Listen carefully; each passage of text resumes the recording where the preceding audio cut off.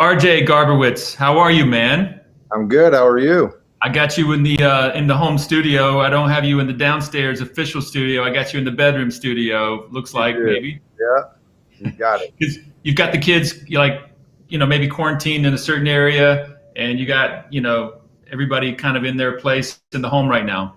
Well, my wife is here working downstairs, but my kids are with their nanny, and they should be here in about 40 minutes. So Okay, so we're on the clock.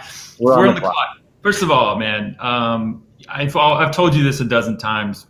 What a fan I am, and mostly just the persistence and the determination. Like, I mean, I've been following you for a few years, and the way webtalk keeps climbing, and you're up against. The reason that's interesting is you're up against a Goliath, right? With all these social media platforms, and you just keep. Every time I think maybe he's down for the count, you come out like another rung, you go up, and I'm like, this guy does not stop, and you keep making these massive announcements, like the one that you put out this past week.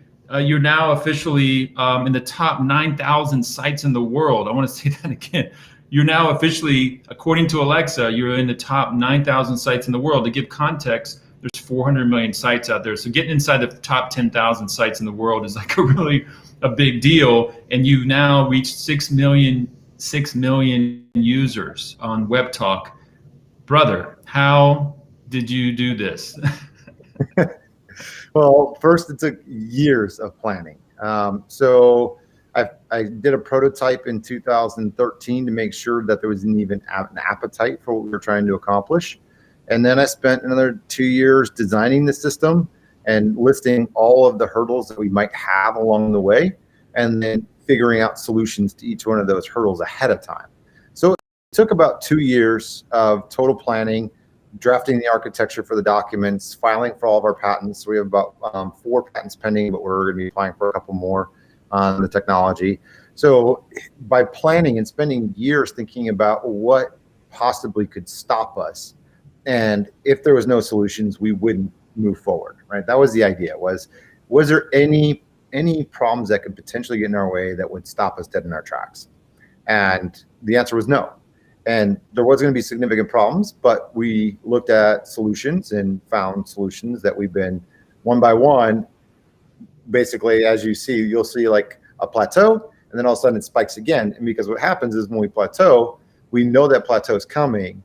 So we have a list of solutions to go down the list to say, let's try this, try this, try this, and until one works, right? So at each plateau, we go through our list of solutions that are already predetermined, and then back up again. And we plateau again and go through the same process all over again.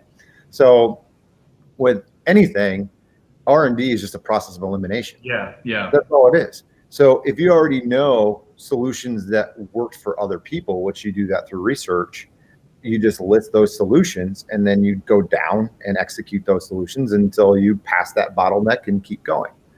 So here's the thing. It's incredible.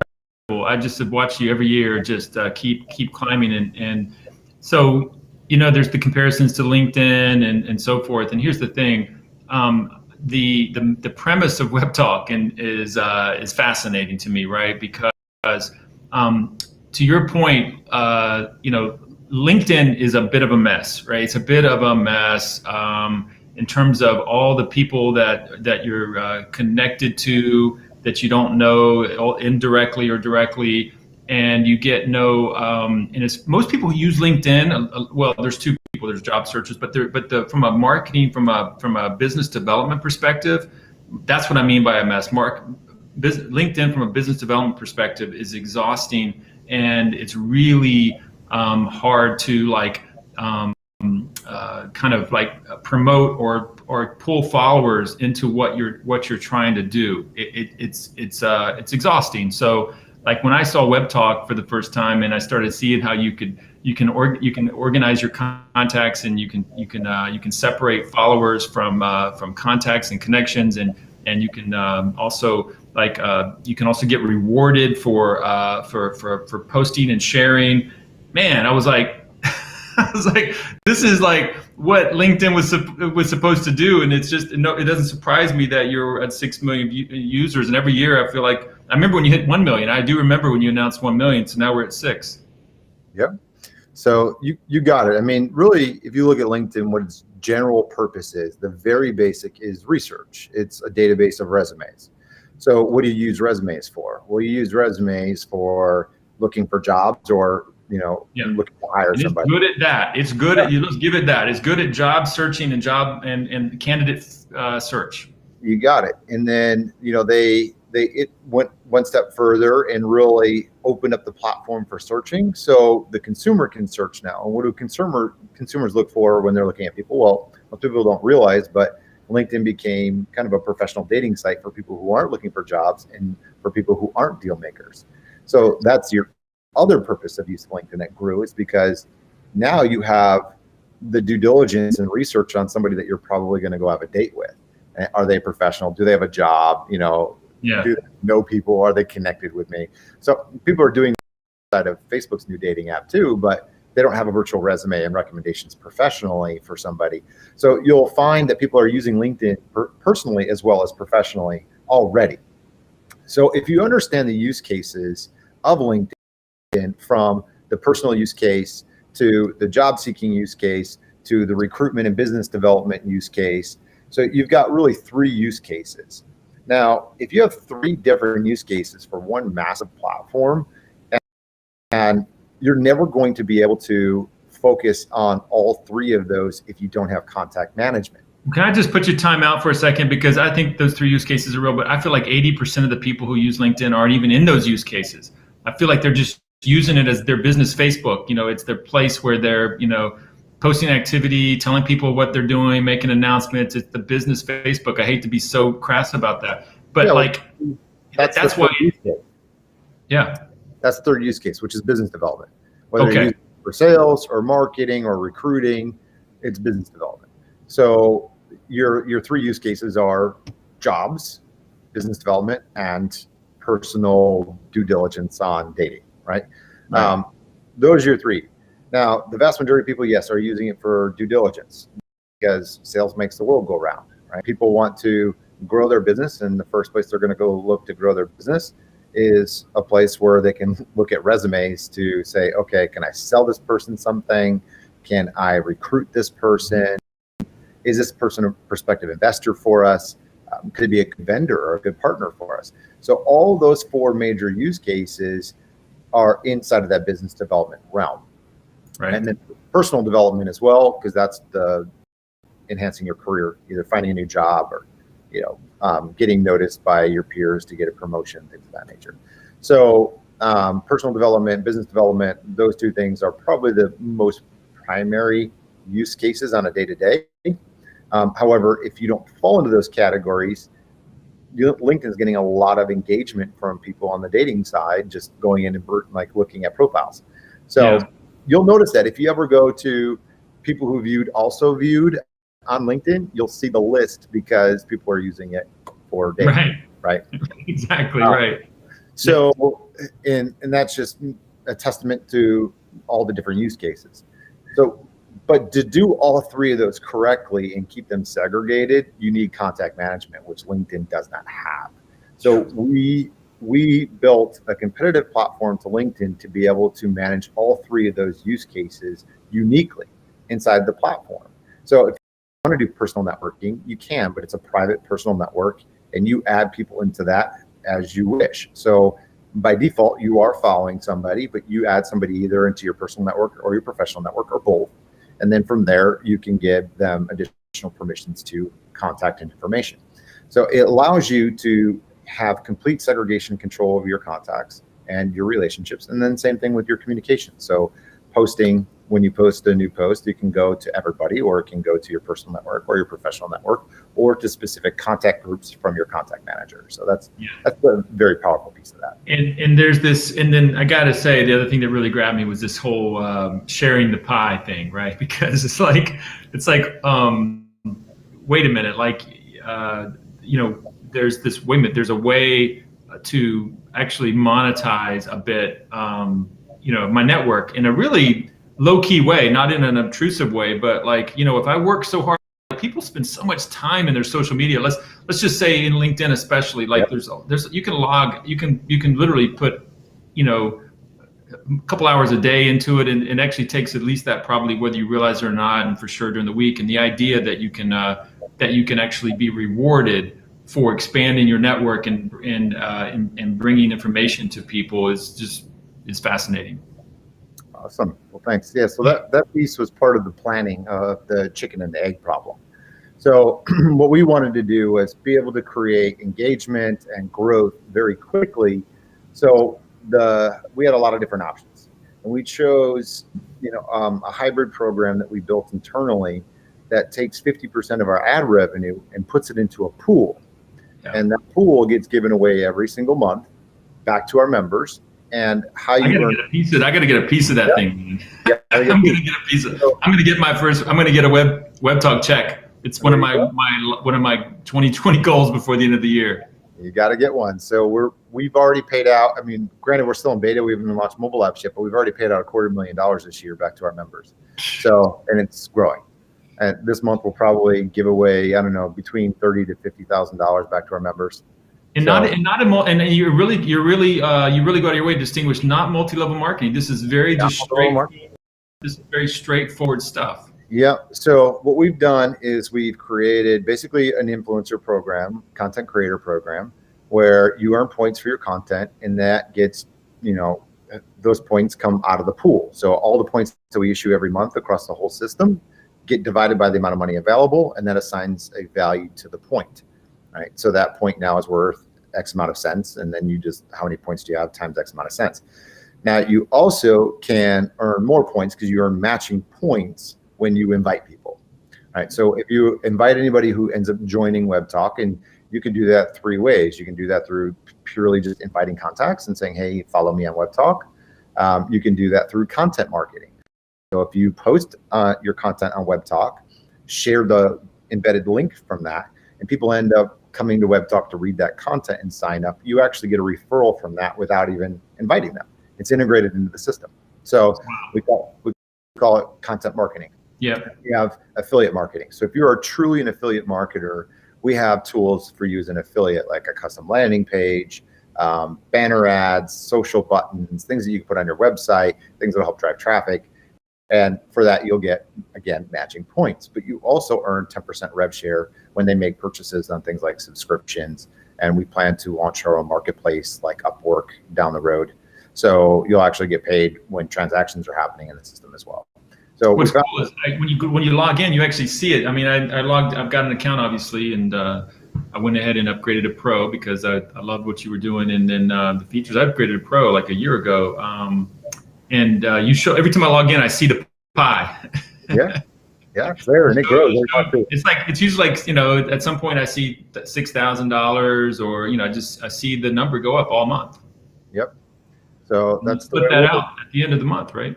Yeah, so we put a minimum out there every month. So we say at a minimum, we're going to give away X amount. But as the minimum gets surpassed, as ad revenue goes over that minimum, then 50% of whatever we make. So if the minimum says 6,000, you go over 12,000 because we're getting 50% of the revenue back. So as soon as we go over 12,000, you're going to start seeing that 6,000 increase in real time throughout the whole month.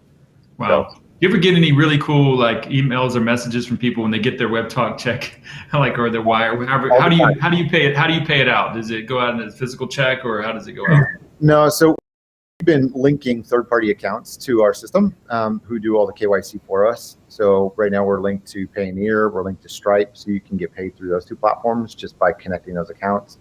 Next quarter we launch PayPal and Coinbase. So if you want to get paid in crypto, you can transfer it to Coinbase. So every quarter we're going to try to launch new ways to get paid, but we're doing it so it's fully autonomous. We're not sending checks, we're not linking bank accounts, we're not doing any of our own KYC. Yep, it just does an automatic transfer to whatever third-party payment platform we have integrated that you choose. No, that's cool, man. I can't, and then lastly, I think I was dinging you a couple years ago, and like everybody was like, "Where's your mobile app? Where's your mobile app? Where's the app?" And then now all of a sudden we're probably only weeks away from your iPhone and your Android app. And I've got, by the way, I've got it test pilot right there. Yeah. I've been playing with it all day. It's smooth, man. It's very responsive. not that I'm surprised, but it just flows. It flows nice. It really does. Awesome. Yeah, it's going to get a lot better too. So over the next 1 to 2 months, we go through our private beta testing with our pro customers. Well, starting with our close contacts and investors. Everybody's testing it now. And then within a week or so, we're going to let our pro customers in and start playing with it. And then the apps are still waiting on a couple of feature integrations that are getting deployed over the next month on the web app. So mobile apps will get those. And then once everything is in sync over the next month, then they go live in the App Store. Man, it looks ready now to me, by the way. And by the way, I get a lot of test flight stuff, right, with the Wave and all the startups that I work with, right? This thing looks ready, man. I'm like, let's launch this. This thing has got every. I mean, I'm noticing just I don't see the things that you're seeing, obviously, when you're really close to the product.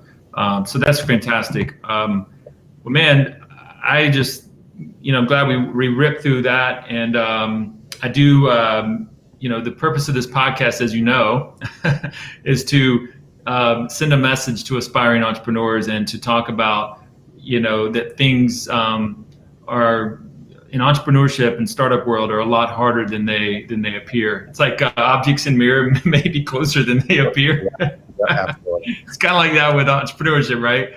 And you and I talk off and on, and we always go to this topic about. I'm like, hey, RJ, what's your mission? What's your message to entrepreneurs and your mission in entrepreneurship now? And you're like, man, it's a lot about explaining to people what a long, hard road it is to make something take off. And like where you are at webtalk, this is only seven whatever years it is in the making of just tremendous private sacrifice and blood. Yeah, blood, sweat, and tears, man. So yeah, right. That's the journey. Well, and that's a lead into my opening question to you, right, on my little cover slide, right? And deranged. I love that. Right? Okay. So this is how I like to surprise my guests with an opening question. What's that? Self-torture. Yeah. Yeah. I pick out my question. It's always carefully selected based on my guests. So first of all, I've already talked about how determined you are as an entrepreneur. We're going to get into your story a little bit, and obviously what you've done with webtalk. But let's talk about the deranged part. Let's talk about that part. Yeah. What's the disease like? I want people out there who are, aspiring entrepreneurs to hear this and understand the kind of the dark side to all of this and the private struggle. Well, entrepreneurship, as you know, has its rewards when you really make it, when you achieve your goals. For true entrepreneurs, I don't think they ever really hit their goal until they're like, I'm wore out, I need an exit, until they really reach their energy threshold. As long as the drive is still inside of an entrepreneur, I don't think they're ever going to be satisfied with the results that they're getting until, the drive wears. And you'll see that. I think you'll see that over time. But for anybody who is considering entrepreneurship, the question becomes is how bad do you want it? Because it will be painful. And the bigger your goal, the more painful it's going to be. So anybody who's looking to do just financial freedom and open up a small business and really start off, just one sale at a time and grow something incrementally, that's not too big of a challenge. But if you are trying to really do something big or want to make a lot of money as an entrepreneur, which a lot of us, aspire to do and create not just financial freedom, but wealth. And there's a lot of people that want that bracket. That takes a lot more, which means you have to give up your personal life. You have to give up, a lot of time if you have kids and a spouse. You have to give up a lot of time with them to work. Really, your time is going to be solely focused on your mission for your business and your team at the company for as long as it takes to create success. So it does have challenges. If you're in a relationship I mean, that should be like one of those things that just is laid out at the very beginning of doing this, saying, hey, I hope you don't expect much of a relationship with me for years, until, this thing really moves. Right. That's some real honesty right there, and that's what this podcast is about. And, and there's some really good highs, right? But then there's the lows, right? So there's some good times, even with your relationship, like, celebrating something big and everybody feels like, well, this is the beginning of the new normal, but not so much, not the new normal. We're going to go right back to grinding. Yeah, exactly. So there's always the roller coaster, your ups and downs for the whole time. So, my wife is like, at this point, she's like, you know what? I'm happy for you, but I can't get on the roller coaster with you. She tried it for a while. She's like, you know what? Just, when you need me to do some press or whatever, I'll be there to support you, but go do your thing. Right, because because if it's not your journey. I mean, my wife is the same way. Like, she tries so hard, and she has seems like an infinite well for that. But I even wear her out. Like, she's like, I can't do this anymore. Like, I need a break. Like, for me, I have an infinite well, because maybe it's the entrepreneurial mindset, but it's also my baby, right? That I'm fighting for, right? And so it's a different perspective. When it's your baby, your thing, then you kind of have no limit to how far you'll go. Absolutely. You can't be disappointed in others when they can't go every day, every minute, every cycle just as extreme as you are, and it just they have to protect themselves a little bit, right? Mentally and emotionally, Yeah, and especially not your spouse. So your spouse isn't in the day-to-day with you, so they're not seeing, all the fruits of the labor. They're just hearing the tidbits of the highs and the lows. So it's like they're more on a roller coaster than you are. So that's one of those things where you really got to have a good partner. That'll make or break you in any business. So yeah. So let's take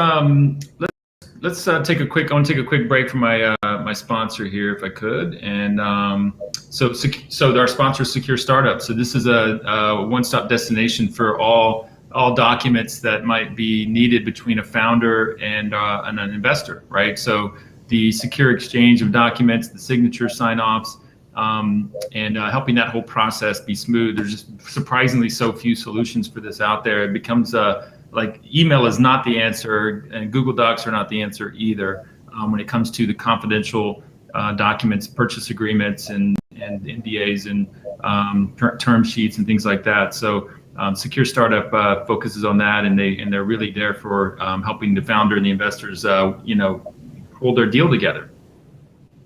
So that's Secure Startup. You've been down this cycle a few times, RJ. Yeah, obviously. Okay. Yeah, obviously you have. So I want to drop back to a little bit. You grew up in Illinois, right? I did. Yeah. Okay. Well, anywhere was it? I know you ended up in Chicago, but did you grow up near Chicago? Yeah, I grew up in the southwest suburbs. Palos Heights is where I was born, and then Downers Grove, Darien, Woodridge. Right. We moved a lot when I was younger. Did you? When did you maybe think you might be an entrepreneur? When did it kind of show up? Well, I mean, I didn't know what it was called, but I started being an entrepreneur, in grade school, basically. So there's a bakery right next to the school, and on my way walking to school, because I actually lived across the street from the school, and next to the school was a bakery. So I'd stop in the bakery, buy donuts and cake and treats, and turn around and bring them to lunch with me and sell them to my friends for their lunch money. So, make 100% markup at lunch hour. And I did that, and I used that to pay for, toys and games, and, I was a gamer back then. And then in high school, I started a lawn business. So, I knew right away that I wanted to be, in my own business, making my own money, be dependent upon myself for my livelihood and getting the things that I wanted in this world. And it started pretty young and pretty early. And once you kind of find with kids or anybody for that matter, once you figure out that you can make money and that it's like hard to stop, right? Because now, because you're able to buy the extra things that you want. It's a little bit addictive, I would think, right? Like it's hard to Yeah, stop absolutely. because, you used to be able to go get cool stuff that you want to get. And it's like, it's a bit addictive. It is. And with peer pressure when you're a kid, because I grew up in, my parents were separated when I was 8 months old. So my mom worked 2 jobs to support 2 kids, and we didn't really have any money. So it was up to me to go get what I wanted. And when you're in school and kids are always wearing nice stuff and they've always got, the latest game systems, and they're always talking about all those things, but there's no way I can afford all those. I had hand-me-downs and, I guess Salvation Army type clothes when I was growing up. So for me to be able to get nice clothes, like name brand stuff, and buy game systems and technology, it was, I got to go make that money. And if I wanted to do it, and that was it. Necessity is the mother of invention. Best entrepreneurship comes from kind of necessity and problem solving, and that's really the best place to start. And then, but okay, so you got out of high school, you had the lawn business in high school, making money. You had employees? Did you have during that? Yeah, I had 2 of my friends in high school. Yeah. So, did you have a company? Well, I won't ask it from a tax purposes. I won't do it. Yeah. Well, I used a company brand name, but I didn't actually have a right. Exactly. So, yeah. But I luckily the statute says the limitations are expired. I think. Yeah, absolutely. But you went into like military school after that. What the heck? Yeah. So one of the things that comes along with being a kid, not having a lot of parental guidance and having a lot of expendable cash is finding alcohol and drugs. And in high school, I ended up, going down a path that I saw myself not recovering from. And it's actually the time I found God and prayed for his help and guidance. And sure enough, I went to my guidance counselor at my high school and said, I got to get out of here. What are my options? And they're like, well, there's this military school. You got to apply. You've got to get letters of recommendation. You got to do all this, but it's funded by the Illinois Army National Guard. And, it's down at the Chanute Air Force Base down in Rantoul, Illinois, but you can go to this military school if you get accepted. So I'm like, I'll try. So I went and got my letters of recommendation. I applied and got accepted. So I ended up leaving to go to military school, like in the middle of my sophomore year.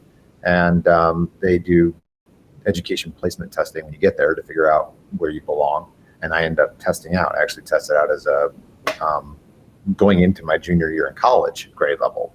So they're like, well, do one semester, and then we'll give you. They do class 4 GEDs there, which is like equivalent to a high school diploma, because they're not an accredited high school per se. Yeah. So I ended up graduating with honors from there and got a scholarship. I also enlisted in the Army National Guard while I was there. So I came in and took my my testing there for the Guard, and then decided to pick a career in avionics systems repair, so technology in the military. So you were trying to kind of go the straighter path. You were trying to avoid the the party lifestyle that was calling your name. It wasn't calling my name. It was hitting me over the head.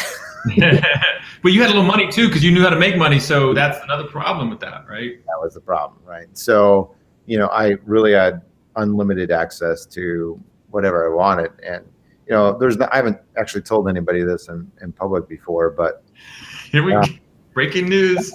So I had actually lost privileges to drive before I was even old enough to drive, because I had purchased a car for cash at 15 and was driving it around and got so many tickets that my license got suspended till my 18th birthday because I was speeding and driving without a license and all that. So, and that's the lifestyle, right? So you needed military school, but what was interesting is you were smart enough to figure that on your own. You didn't have didn't sound like you had a parent or someone who was forcing you. You had self-awareness on this that probably is kind of been a hallmark for you your whole life, I'm guessing. Yeah, honestly, a lot of the credit goes to prayer. I wouldn't have said this back then, but I wasn't really a big believer. But when I got to a point where I realized my life was falling apart, and I said, I don't know what to do, and I prayed, and literally the next day I felt like a different person. My mind was clear, and I knew what I had to do. So you had a bit of a guardian angel, kind of there that you were able to draw on. That's amazing, man. And then you came out of all of that, and I know you studied business management, criminal justice. I'm just kind of looking at my notes from our last call. You tried a lot of different things, sold cars, you worked for True Chem, but ultimately you landed in a bank, like a bank processing company. Yeah. So I ended up selling credit card machines and bank card processing for Landmark Bank in Chicago. And when I realized they didn't own anything, they were an ISO as well. They were reselling machines and credit card processing for other companies. So the bank didn't do anything but hire salespeople. And the light bulb went off. And I'm like, it's an easy sell. Everybody needs a credit card machine. This was like 20 years ago. So yeah, like you're talking about like the local restaurants and just everywhere they take credit. Yeah, exactly. So that was. By the way, those things have residual recurring revenue income. Like those are residual income accounts, right? Like that's what's beautiful about you sell it once and it pays you. Yep, ongoing. Yeah. So you would get a basis point on every transaction for selling a client. So not only would you get the upfront cash of selling the machine, you would get the residuals on the recurring revenue every transaction. Yeah. So it was multiple streams of income with one simple business just by programming somebody in. So it was an easy deal too, because everybody needed it. So it was a hot ticket item, good margins, residual income, and that grew really, really fast. And it was perfect timing in the market. And we landed our largest client ever within 9 months of starting the company. And then the company that we were reselling for at the time, made us an offer to bring that client in-house and buy it off of our books. And it was a pretty substantial offer for someone who's only 20 years old. And I took the offer, sold it back to them. In hindsight, though, just mind you, 20 years old, seeing a big check, the company grew 10 times its size in 10 years. After? After. Yeah. So my wait a minute, but you got a multi-million-dollar check. I did, but that check would have been 10x. Had you held on? Had I held on, yeah. So because the basis points building up on that recurring revenue, because I got a percentage of all their revenue. So when their revenue went way up, I would have made a lot more just holding for 10 years. So they made a good buy, and I sold too early. So, but by the way, Steve, I had an interview with Steve MacDonald a few weeks back on one of my earlier episodes, and he made that point about the founders that sell out a little too early. And not only do they shortchange themselves, but a lot of times they shortchange their early stage investors. But he made a big point about that, about hanging on a little bit longer. And he's living proof of that. It paid off well for him. Well, I agree too. And for me, though, that particular business. But by the way, I'm sorry to interrupt, but at 20, I'm not waiting for nothing. I'm taking that check, man. At 20, anything in my 20s, I'm taking that check. You're taking it. Anybody would. And especially when you're fighting with people twice your age to come to work because they were out drinking all night, So if you're employing salespeople, you'll know those are the worst people that try to, make sure they're coming to work every day and doing what they need to do. And it was a tough gig. So you had this big check, and then I think you said you just took some time off and you just went away and kind of thought about what you might do next. Yeah, so I wanted to explore my options, but I knew I wanted to get into tech because, I started in tech with the military, but then I started giving away e-commerce websites with every purchase of a credit card machine, and that's when I knew the internet was the future. I knew that people could sell to anybody, anytime, anywhere through the internet, and everybody's getting credit cards. So I was putting two and two together, saying the future of commerce isn't brick and mortar. The future of commerce is digital. So I need to learn the internet and learn how to publish things on the internet, how to sell on the internet, and really solve that problem. Is this like the early mid 2000s, I'm guessing? Yeah, early 2000s. So this was at the time I moved here in 2003, and ended 2003. So it was 2004 when really I started dabbling. I came down here in Florida on vacation and just never left. Decided I was going to plant roots here and figure out what I want to do next.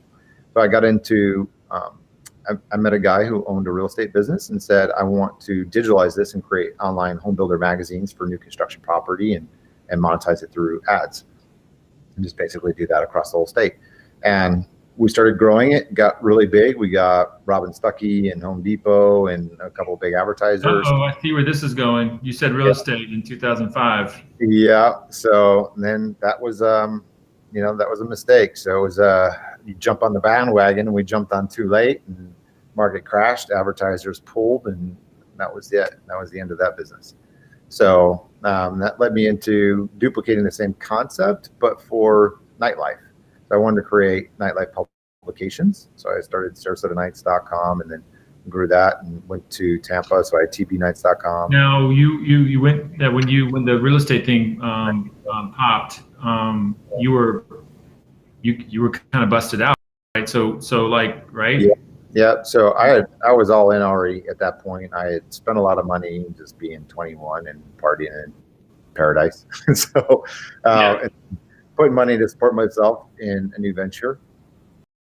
And then so, come the time to, the market busting, wiped me out. So I'm starting from scratch all over again at that point. What did that like? Did you take a moment to like freak out, or did you just like go into action? Do you remember, like, was there some dark moments there? It was humbling. It was definitely humbling, because when you're trying to start from scratch, after you've had it, like it's almost, they always say it's worse to have had something and lose it than to never had it, right? But knowing that when you grow up poor, though, knowing that you started from nothing in the first place, you can't be killed. You're like almost unkillable. Exactly. So I grew up where there was times where our power was shut off in our house, and it was like 10 below in our house, and the only thing to eat was condiments. So when you come from that kind of poverty, you're not scared. You're not scared. You know what it's like because you survived through that. And then when this happened, I took bartending jobs. I was mowing lawns and starting another business and doing that, on the side. So I did whatever I could to make some quick cash, kept my costs low. In fact, there was 2 weeks in between places to live where I lived in my car just to save money. So I'm like, if I can go 2 weeks without having, the rent, I can save that much just on utilities, rent, all of that, and save money. And do you know the founder of Paul Mitchell Hair Products was like had the same. He had to live in his car for a couple of weeks just to get through. Became Paul Mitchell. Yep, to stack up cash. So you got to do what you got to do. Man, I tell you what, man, that's the beauty. I got all these students in my class, and some of them are international and come from like different situations, and being poor, growing up poor is one of the, I'm sorry, it is, I mean, I'm talking about just poor, I'm talking about like stories like you have, one of the strongest indicators of a successful entrepreneur. You almost all, the entrepreneurs that really go big and do big, they almost all have these stories. And I feel like that kind of makes them fearless and a bit unkillable. Like it's like this, it's like a fearless component. Well, I think that it embeds it into you. Once you realize that you can survive with nothing, that means you're willing to bet everything. Yeah. Okay? Yeah. Because people who have this fear of loss, because they don't know what they think they'll die if they lose it, have this wall that's holding them back.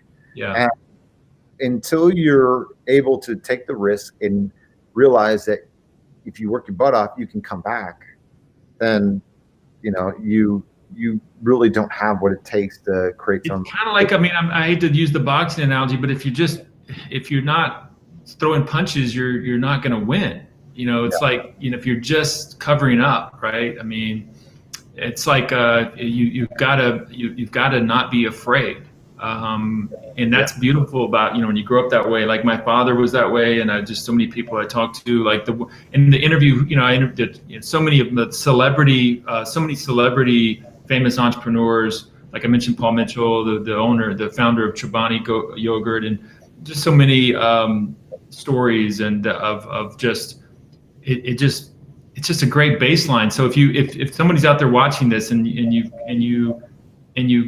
grew up as a kid with almost little to nothing, wear that like a badge and consider yourself like ahead in the game of entrepreneurship. Like you've got like a huge advantage and edge over everybody else. Absolutely. You're hungrier and you know what it takes, right? So yeah, survive with nothing. And that's amazing. So when you lost it all through the real estate deal, you just started improvising again and knew that you knew you could get it back. Yep. So I learned, being young, go after cash paying jobs that are quick cash that can build up quickly. So that's where bartending, mowing lawns, Craigslist was really, really popular at that point. So what I had built up some skills when I was younger, thanks to my ex-girlfriend's dad, who gave me a job at a body shop working on cars as a teenager. You were doing the different odd jobs during that period with the lawns and the bartending and all. How did you get the when and how did you create this kind of nightlife? And was it a website? Yeah. SarasotaNights.com. That was SarasotaNights.com. Yep. That sounds awesome. Yeah, so it was local people, places, and events. That's what the whole theme was. So I got a camera crew and videographer. We'd go around, take photos and videos of everybody at nightclubs and events, put them online in an event calendar, and we'd hand out cards that say, find your photo on SarasotaNights.com. And we just built up a ton of traffic that was all local, and with all the people that go out and about and spend money online. So our audience was local people that go and spend money on entertainment. So then as we built up traffic, I started monetizing. I'd sell back advertising to local businesses on the platform, created basically a virtual business directory, and then kind of yellow pages for the local market for nightlife. Right. So you had in the middle of this, you took on some of your first quote unquote investors, and you kind of had a little bit of a bad apple in here, right? In terms of there was an investor situation that kind of had you had to step out. Yeah. So when I wanted to convert the nightlife websites to a nightlife themed dating site, I had to bring on outside investors to build out the database. My thought was, MySpace is huge. These people are uploading their own photos and videos, and I don't have to pay for it if they're doing it on their own. I have to go and take photographers. I can just get user-driven content and have kind of the same concept. So that was the idea, was to cut my costs down by having user-loaded content versus a camera crew and videographer going out. And then it eventually kind of morphed to become more of a nightlife-themed dating site. We found that people were wanting to do kind of misconnections with these events and find people from these events that they saw. That's cool. So we found a niche there and started growing it. And I used my own money, and I actually used family money initially to build out the initial phase of it. And then ended up bringing on our first kind of angel investors. And I didn't know anything about using outside capital. Mm-hmm. I built my own companies with my own money or from revenue. So I had no idea what I was getting into. I ended up doing a deal with an investor that was not a good deal. Not for me. For him, it was great. Gave him too much kind of leverage opportunities. Yeah, I did. I gave him too much leverage, and it was hidden in one of the contracts. And I didn't see it thoroughly, and it made it to where he was able to do a forced buyout. And I'm like, that's fine. But it was already at a point where he was moving in to take more control of the business as But getting pushed out of your own baby, your own company, man, is tough, and that's something I want. That's why I brought it up. I want people to kind of hear this, that it's very possible. It was. Yep. And it was one of those things where it definitely was for the better. And at the end of the day. Oh, at the end of the day, right? Yeah. Yeah. At the end of the day. At the end of this day, not that day. Yes, exactly. Not the end of that day. So, in the closing at the lawyer's office with everybody there, his lawyer, my lawyer, our, the investors that were representing the company, and he had brought in some investors that were going to back him in the takeover and all that. And, I just remember that day because I just met my wife not too long before that, maybe a year or so before that. And she's a few months pregnant. And I'm like, okay, I got a company that just got the positive cash flow. It's starting to really grow. And now this is happening. Right? And I'm like, what am I going to do? Like, I got a new family. What am I going to do? And even the buyout. So fight. In other words, you're like, you know what? I'm not going to fight this. Well, I fought it, but then my attorney's like, you signed the paperwork. I mean, you fought it to a point, but at some point you were like. So, to a point where he's like, it's just going to cost you too much money, and it needs to be resolved now. And so we negotiated a buyout, and that's what ended up happening. So I ended up. This becomes the birth of webtalk, right? It becomes the birth of webtalk, yeah. All right. And so, like, okay, so here's another buyout situation, another moment where you can reset and reflect on what you want to do. How did the idea for webtalk, where did it come from? Well, so the first thing was what got a brand new startup with a very buggy platform, by the way, to get the positive cash flow was the model of just the referral rewards of sharing revenue with members and creating this viral loop of growth, having your customers bring you more customers in exchange for getting their subscription for free. And then once you hit a certain benchmark, actually getting paid for them, things of that nature, right? So building in these viral loop marketing tools, I tested them and I'm like, this is literally the holy grail of internet marketing. Integrated marketing, incentivized referral marketing, like these tools are the holy grail. So if it works on something that is a niche product that is buggy, is not designed like a world-class platform. I mean, you could tell it was, an early stage product for back then. And it was like a rudimentary platform. I said, for something that in my eyes, as as a user, is probably mediocre at best, but to get the positive cash flow in almost not even 9 months was pretty incredible for me, because I'm like, I don't have this huge sales staff. Right. So that was the first breaking moment in saying, light bulb, we can put this behind any problem to solve and it will bring people. Like, so how big of a problem do I want to solve in the world, and that I can dedicate my life to solving, right? Because I know this will work. So it's go big or go home, right? This is what I need to do. So, like, for me, the biggest problem I've had over my entire career was due diligence. The time it takes to hire people, get the right candidates, the time it takes to get clients that are targeted, the time it takes to find investors for a deal, the time it takes to screen vendors. So due diligence on relationships is something that if you could take a due diligence timeframe that takes 6 months and make it 6 days, how much money would that save, and how much more innovation could be created from that, right? So I'm like, it'd be world changing if we can get due diligence on demand. And I had to break down how to get due diligence on demand. I had to figure out how we're going to do it. Well, my first attempt was, let's go and snag all of the contacts from Facebook and LinkedIn and draw them into a contact manager, a virtual Rolodex, and then be a feeder off those platforms and use this as an add-on and allow people to recommend each other and create this database of recommendations that you can use for due diligence on demand. And you'll have links to their LinkedIn and Facebook accounts from there, and you'd have a tool to manage all your relationships in one place. So that was short-lived because they cut off their APIs to export contact.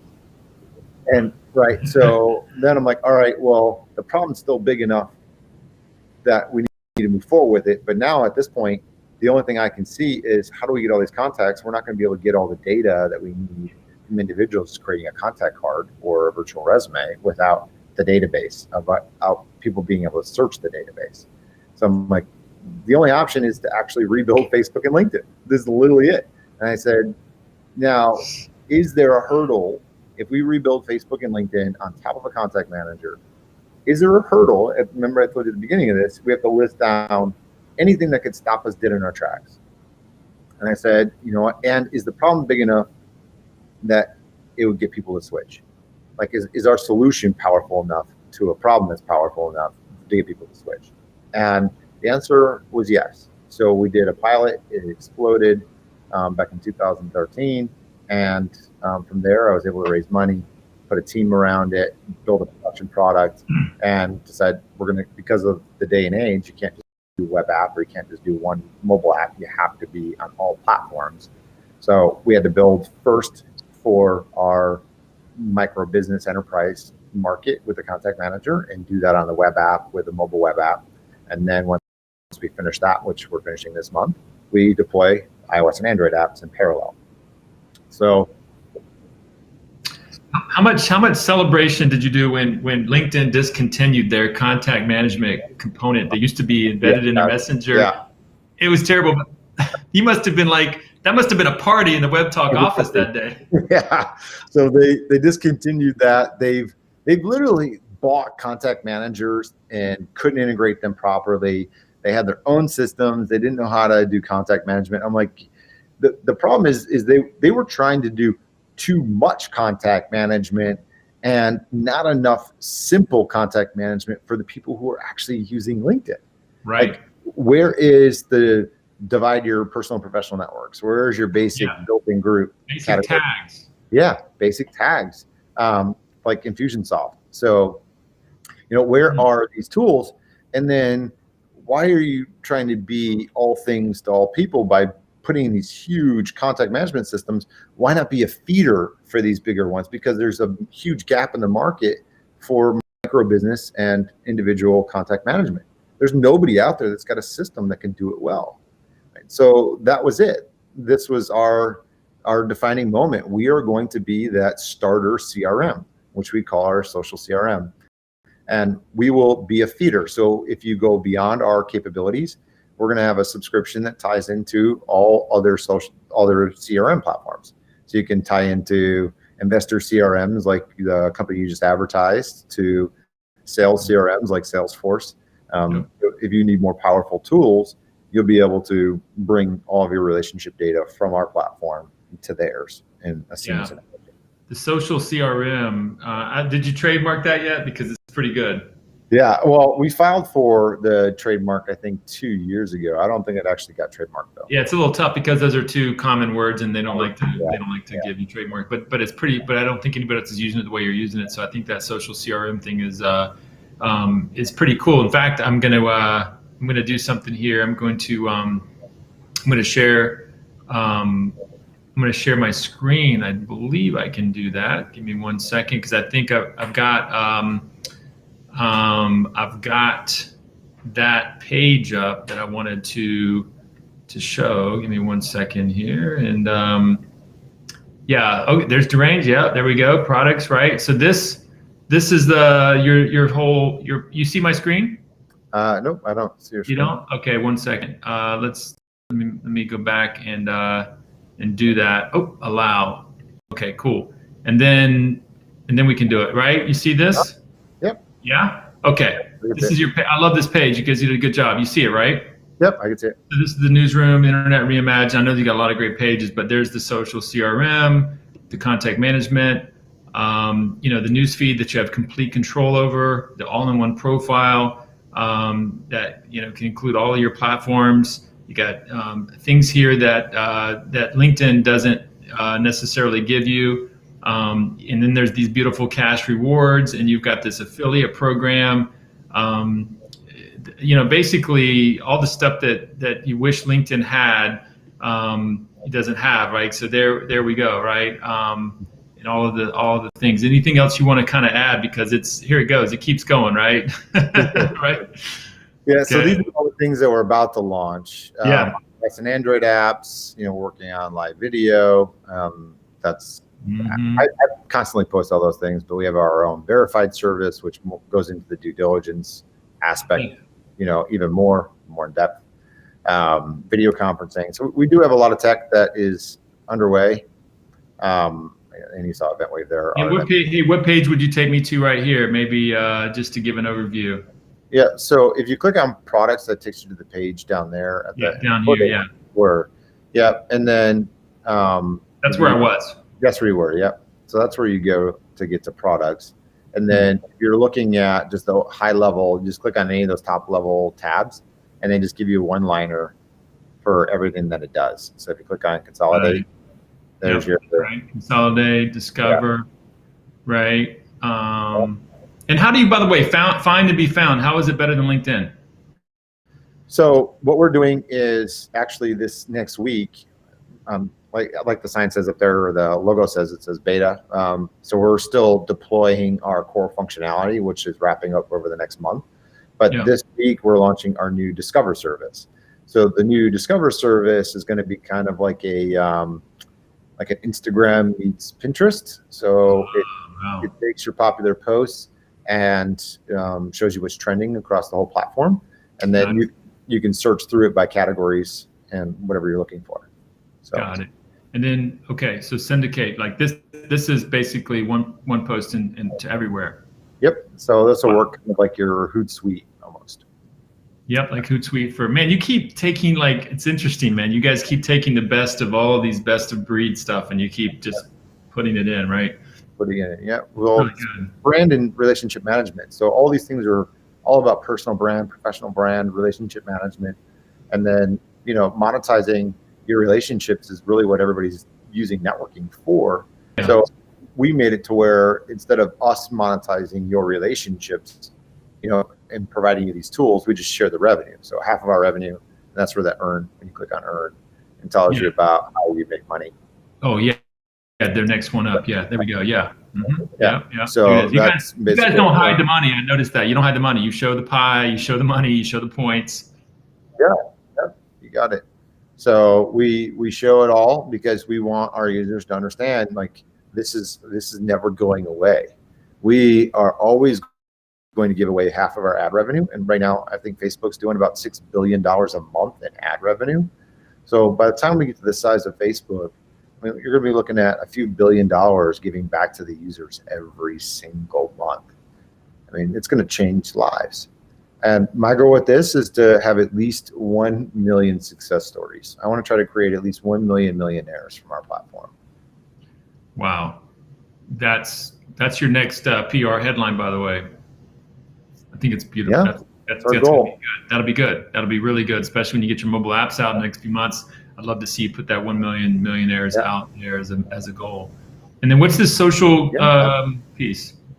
Gives big, give. So, so we have a foundation that's set up to where as soon as we start generating profits from the 50% that we keep, then 10% of that goes to charity. So we set it up to where if you go to give.webtalk.co, there's a whole page about our foundation. But you can also go to the footer. You scroll down.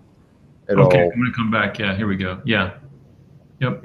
In the footer, it says 10% charity pledge. So you can click on that, and it'll take you to give.webtalk.co. Okay. And that'll walk you through our philanthropy mission statement, and, what our goal is, which is to help the world go nonprofit. Nice. And then the last tab here, success. That's our mission. So our mission is we're on a mission to help the world create more success. And we do that by providing an all-in-one platform to power the gig economy, and gives you the ability to manage all of your relationships under one place, whether it's personal, professional, or business. and have, access and control over everything, your data, your communication, even your own monetization of your network. So 6 million, we're at 6 million. You said we're at 6 million users now, right? Yeah. So Totally. what, what are you thinking? Another million per year? What's been the trend, the track record here? Well, so we've been controlling growth because it's invite only and we don't have mobile apps. And we also have been holding off on a lot of our integrated marketing tools to slow growth until we finish out development over the next month. So as I was telling you, our profiles are getting their final major update before the big launch this month. We're launching our new Discover search and within a week or so. And then over the next month, those upgrades are actually getting deployed into our iOS and Android apps. So all that's going to get intermingled, and then come, which, it's hopefully all happening all kind of at the same time. Then come October, November, sometime in Q4, we're targeting the official launch of everything on full cross-platform. So yeah. iOS, Android, web app, out of beta, full launch. So definitely by the end of the year. So 2021 is like setting up to be a massive year for WebTalk. Absolutely. Yeah. So we've been, you might go to 10 million. You might get to 10 million in 2021. I think we can blow past him. Yeah. I think we'll probably do closer to 50 million users in 2021. Just because we're launching all of our integrated marketing tools with mobile apps. So check out, you got your app in front of you, right? Yeah. We just deployed in these apps, which people will get when we put them in the App Store here in a couple months. But when you click on the share function on any newsfeed post, it can go anywhere. So content distribution, whether it's your own or somebody else. I don't think the screen's going to pick it up because you got to tilt it to see it. Oh yeah, there. Yeah. There it is. Look. Yep. Yeah. There it is. Yeah. You can see, you can send it in private messages, social networks, messaging apps, links, Slack, everywhere. So content distribution is a click away for every platform through the mobile app. And that's a big thing. Like people want to be able to share their own content and other content that I got to tell you, man, consolidation's huge. I post, I post a podcast and I've got different things. And it's an extra couple hours of work, to go and put it everywhere. And it's really a lot of work. And Hootsuite charges a small fortune for syndication. I think their cheapest subscription is $80 a month. So, the fact that we're giving away that to our consumer users for free is a big value add. All right. So, what do you see? I'm going to wrap it up on this question. Where do you see yourself in 5? I'm going to go 5 years on this one. On this question, 5 years. In 5 years, well, definitely some kind of exit at some point within 5 years. Whether somebody's gonna want to buy you, buy us, or we go public, depending on who wants to buy in and underwrite the deal, because we may get a better valuation by somebody buying in at a 20% to underwrite an IPO. Yeah. So it might behoove us to actually go the IPO route at some point. So, right. I'm not closed to acquisition. Obviously, that is something that is, potential outlook. But within that time frame, I think 5 years is probably enough time for us to really see our major scale and really see the economic impact of our platform on a global level. I hope to be in at least 20 markets by then. So have WebTalk in 20 different languages in 5 years. And, well, I've said this I've said this in your presence and with people in the room and before, and I'll say it again. There's in the Tampa Bay area, there's really only one guy I know of that's swinging for the absolute fences, right? And it's you, right? There's a lot of startups in the Tampa Bay area, very successful, doing big things, but you're kind of swinging for the furthest fence out. The furthest fence that anybody can see is the one that RJ is swinging for, and you seem to be getting there somehow. Years, man. That's it. Crazy. Years. It's crazy. No sleep, work your butt off, and man, very good plan. Great. And Sarasota nights. I just love the way that rings. I just want to keep saying that. Just like it's fantastic. I got friends in Sarasota. I got to ask them about Sarasota nights. But no, man, it's really cool to have you come on and talk about Web Talk and all the big success. And this is just one of those things in 2021. I'm going to be like proud to know that I got you right before 2021 hits, and you know, and also the opportunity to put Tampa Bay on the map. You know, because you are a direct-to-consumer product, right? We have big home runs. You know, we've had Outback Steakhouse, which obviously has been a big home run, and other restaurants and so forth. But we've had some big tech exits, but they're kind of B2B, right? Business to business. And I'm always talking about the importance of B2C and how important that is. And you never put a city on a map with a B2B win. I mean, B2B is great. It makes everybody wealthy, it's huge success and all that good stuff. But you know, you think of Austin, you think of Dell, you think of Seattle, you think of Microsoft, and you know, and Amazon, and a bunch of other things, right? And every city, you having a B2C direct, you know, consumer-based tech win success is of infinite value to a city, and you know, and there's not many. I mean, every city's only got a few bets on the table that are in the direct, you know, in a consumer play. Yeah, and I think the one biggest one we have here is I mean, even though they're still pretty big, I think they're kind of sizzling, which is HSN. For sure.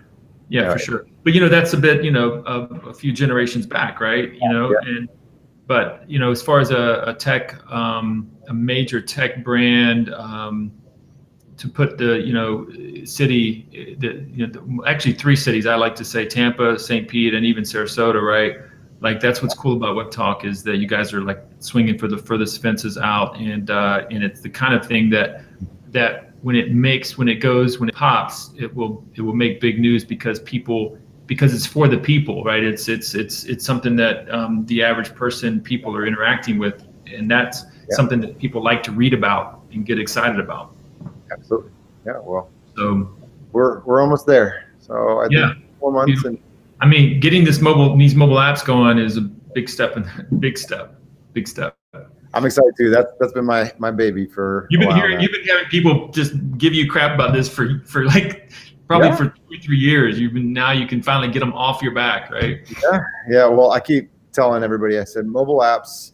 If I can make it work on a web app, then it will definitely work in a mobile app. Mobile app will be the kicker, the icing on the cake that will make it skyrocket.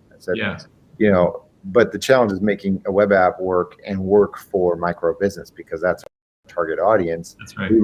Because those are the people that can use personal, professional, and business. So that's right. Everybody can use one of those 3 things, but not everybody can use all 3. And we want to make sure that the people that can use all 3, it works perfectly for them. And that way, everything else falls into play for everybody else.